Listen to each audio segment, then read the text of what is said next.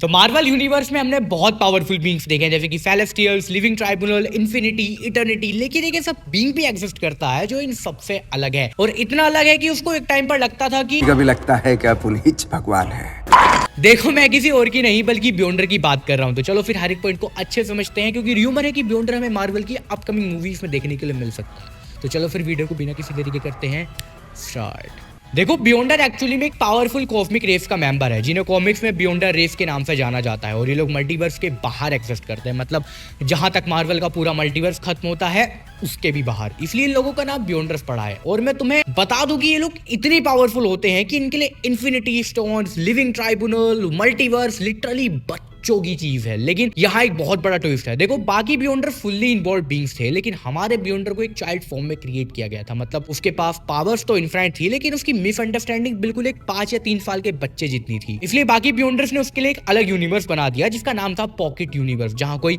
और लाइफ नहीं थी, कोई कंपैरिजन नहीं था, कोई कंफ्लिक्ट नहीं था, सिर्फ बियॉन्डर था और उसकी एग्जिस्टेंस थी। और क्योंकि उसने कभी किसी और एग्जिस्टेंस को देखा ही नहीं था, इसलिए उसको लगता था कि मैं ही रियलिटी हूं, मतलब उसके लिए यूनिवर्स कोई प्लेस नहीं थी, बल्कि उसके लिए यूनिवर्स वो खुद था। अब तुम खुद ही सोच के देखो कि तुम एक ऐसी रियलिटी में हो जहां ना कोई मौत है, ना कोई लाइफ का कंसेप्ट है, ना किसी और कॉन्शियस का प्रूफ है, ना टाइम का फ्लो मैटर करता है, तो तुम खुद को क्या सोचोगे? ऑफ कोर्स तुम खुद को ही एवरीथिंग समझोगे ना। और बियॉन्डर भी एग्जैक्टली खुद को यही समझता था। लेकिन फिर वही बात सबके सामने लागू होती है कि भले ही भाई साहब तुम भगवान हो, पर झुकना तो तुमको भी पड़ेगा, और यही बियॉन्डर के साथ भी होता है। यानी अब एंट्री होती है एक ह्यूमन की, विन रीव की, जिसे हम कॉमिक्स में मॉलिक्यूल मैन के नाम से जानते हैं। और मैं तुम्हें बता दूं कि कॉमिक्स में एक एक्सपेरिमेंट एक्सीडेंट होता है, जिसमें विन रीव को मॉलिक्यूल लेवल पर रियलिटी कंट्रोल करने की पावर मिल जाती है। लेकिन बाद में ये रिवील होता है कि एक्सीडेंट नेचुरल नहीं था, इसको बियॉन्डर्स ने ही प्लान किया था एक ब्रीच को क्रिएट करने के लिए। और इस एक्सीडेंट की वजह से एक इंटरडायमेंशनल हॉल क्रिएट होता है बियॉन्डर के पॉकेट यूनिवर्स और मार्वल मल्टीवर्स के बीच में। और पहली बार, लिटरली पहली बार हमारा बियॉन्डर फील करता है कि मेरे यूनिवर्स के बाहर भी कुछ एग्जिस्ट करता है, और जो ब्रीच क्रिएट किया गया था वो एक विंडो बन जाता है, और उस विंडो से हमारा बियॉन्डर अर्थ को ऑब्जर्व करना स्टार्ट कर देता है। और उसे किसी वॉर या फिर किसी डिस्ट्रक्शन में इंटरेस्ट नहीं होता, बल्कि उसे ह्यूमंस पे इंटरेस्ट रहता है। वो नोटिस करता है कि ह्यूमंस खुद में कंप्लीट नहीं है, मतलब उन्हें ग्रो करना पड़ता है, उन्हें सीखना पड़ता है, उन्हें रिलेशनशिप चाहिए अपनी डिजायर्स को पूरा करने के लिए, अपनी नीड को पूरा करने के लिए। मतलब ह्यूमन यूनिवर्स नहीं थे, वो बस उसका एक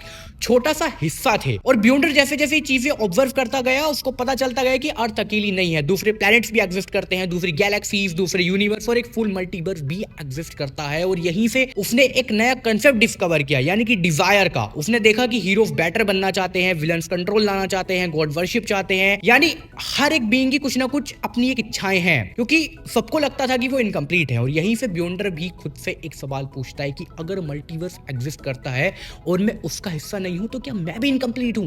और बस यहीं से पहली बार बियॉन्डर ने फील किया कि डिजायर क्या होती है, इच्छाएं क्या होती हैं। और अब इसी के चलते वो ऑब्जर्व नहीं करना चाहता था, वो समझना चाहता था कि सही क्या है, गलत क्या है, पावर का पर्पस क्या है। और इन्हीं सबको टेस्ट करने के लिए वो एक्सपेरिमेंट करेगा, एक ऐसा एक्सपेरिमेंट जिसमें वो हीरोज और विलन्स को एक जगह लाएगा, उन्हें फाइट करवाएगा और देखेगा कि डिजायर किस डायरेक्शन में उन्हें लेके जा रही है। और वही एक्सपेरिमेंट होगा सीक्रेट वॉर्स, यानी कि अवेंजर सीक्रेट वॉर्स।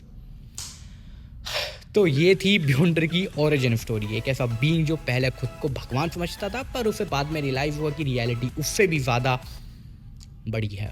खैर, इसका भी दूसरा पार्ट आना बाकी है, तो उसके लिए तैयार रहना। तो बस आज की वीडियो में बहुत हो गया। आई होप कि तुम्हें वीडियो पसंद आई होगी, और अगर वीडियो पसंद आई है तो वीडियो को लाइक कर देना, चैनल को सब्सक्राइब कर देना। मिलता हूँ आपसे नेक्स्ट वीडियो में, जब तक के लिए बाय बाय, टेक केयर।